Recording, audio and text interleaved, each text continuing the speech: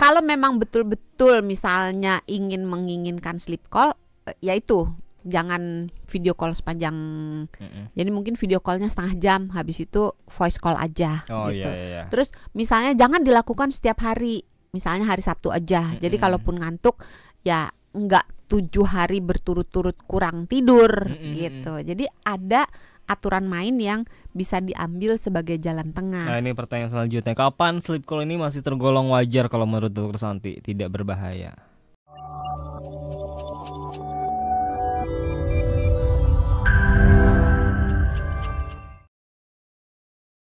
Si sleep call ini ya bisa jadi salah satu coping mechanismnya seseorang Ya, buat bisa. apalagi untuk hubungan jarak jauh ya. Pasti kan yang namanya stres ada, Ya. yang namanya tekanan ada, kangen ada, udah ditambah beban hidup, beban sama pasangan jarak jauh juga ada.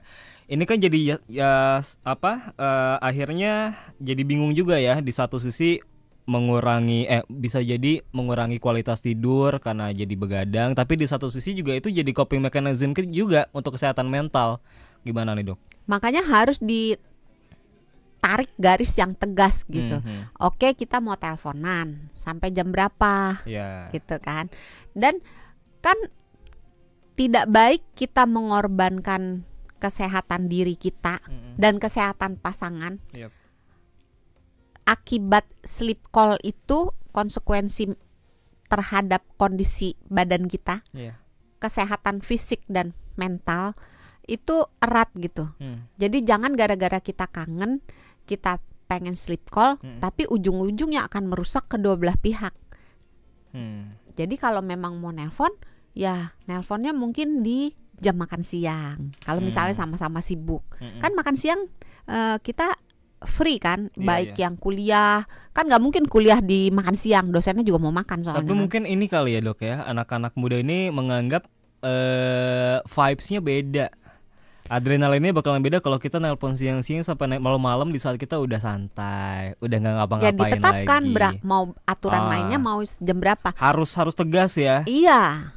Mungkin sebagian orang akan menganggap Dokter Santi ribet gitu aja make diaturin. Justru itu jadi salah satu tanda buat membangun hubungan yang sehat juga ya, Dok ya. Karena kan kita juga harus bertanggung jawab atas kesehatan badan kita dan kesehatan badan pasangan kita gitu.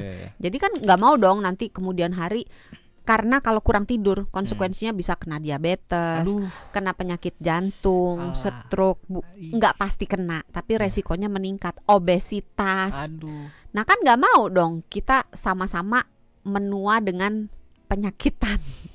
Kalau memang mau hidup bersama dengan pasangannya di kemudian hari. Gitu. Tapi ya kalau toh alasan sleep call itu adalah sebagai coping mechanism untuk menghadapi kan banyak coping situasi mechanism mental yang lain. Iya, seperti meditasi sebelum tidur kan banyak juga ya, Dok ya. Nggak asik kalau meditasi.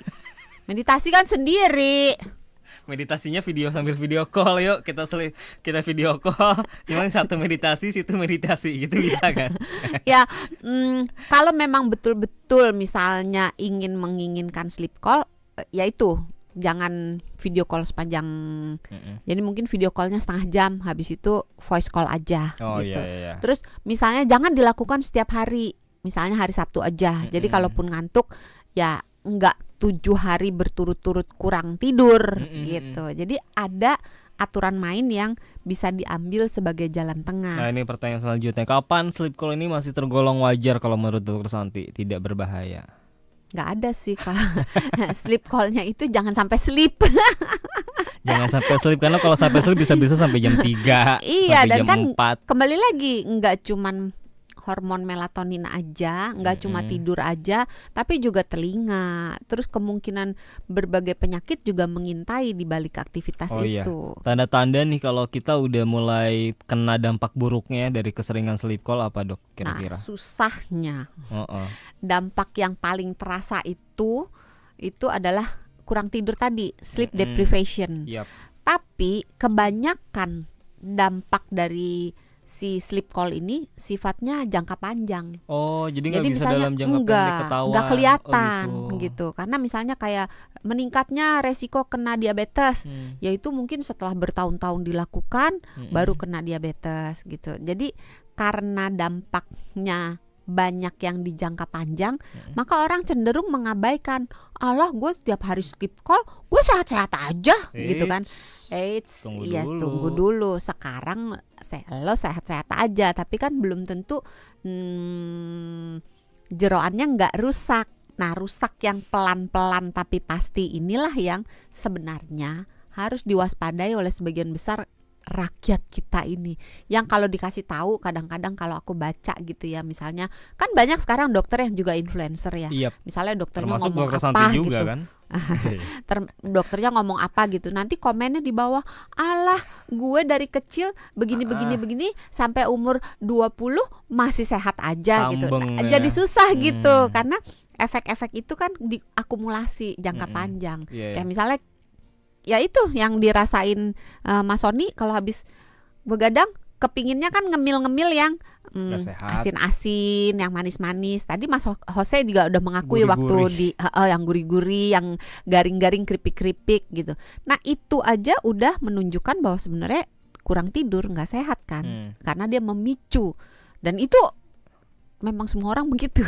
Tapi ya jangka pendek yang bisa kita rasain adalah kurang tidur aja itu bisa jadi alarm kan dok untuk terus jadi lemot. Baik-baik aja. Coba yang kalau habis begadang suruh siaran yang rada mikir, kayak berat gitu otak ya, kayak berkabut gitu. Iya ya, karena kurang tidur ya. Iya, terus suka apa-apa lupa, apa-apa salah gitu.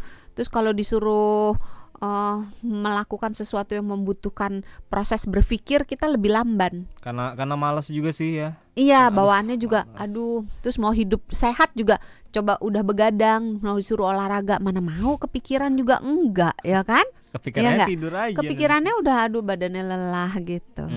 Kalau gitu apa dok cara ada nggak cara sehat untuk menjaga koneksi emosional dengan pasangan tanpa harus sleep call setiap malam? Nah ini membutuhkan kerjasama kedua belah pihak. Karena biasanya kalau hubungan jarak jauh itu dipenuhi dengan kecurigaan. Oh jelas. Ya kan. Sayang, kamu lagi di mana? Aku lagi di kantor. Bohong gitu kan. Lihat gitu. Banyak loh yang perempuan begitu beneran. Ini banyak yang ngadu karena nggak tahan gitu dengan hubungan jarak jauh karena itu. Coba video call. Ya ampun, ada bos gue di belakang. Nggak mau tahu gitu. Video call gitu. Sayang, kamu di mana sih? Kok nggak pulang-pulang? Iya kan? Kok aku nggak dikabarin? Iya, jadi memang butuh kedewasaan kedua belah pihak sih. Jadi yang dipercaya juga harus menjaga kepercayaannya gitu. Yang memberi kepercayaan juga harus menjaga kemampuan dia untuk percaya pada orang lain. Tapi sleep call ini bukan satu-satunya jalan dong, Lok. Enggak. Apalagi kalau misalkan nih alasannya ya kan saya sama dia waktunya nggak ada terus nih, sibuk terus, malam jadi cuma malam doang. Semua orang punya 24 jam.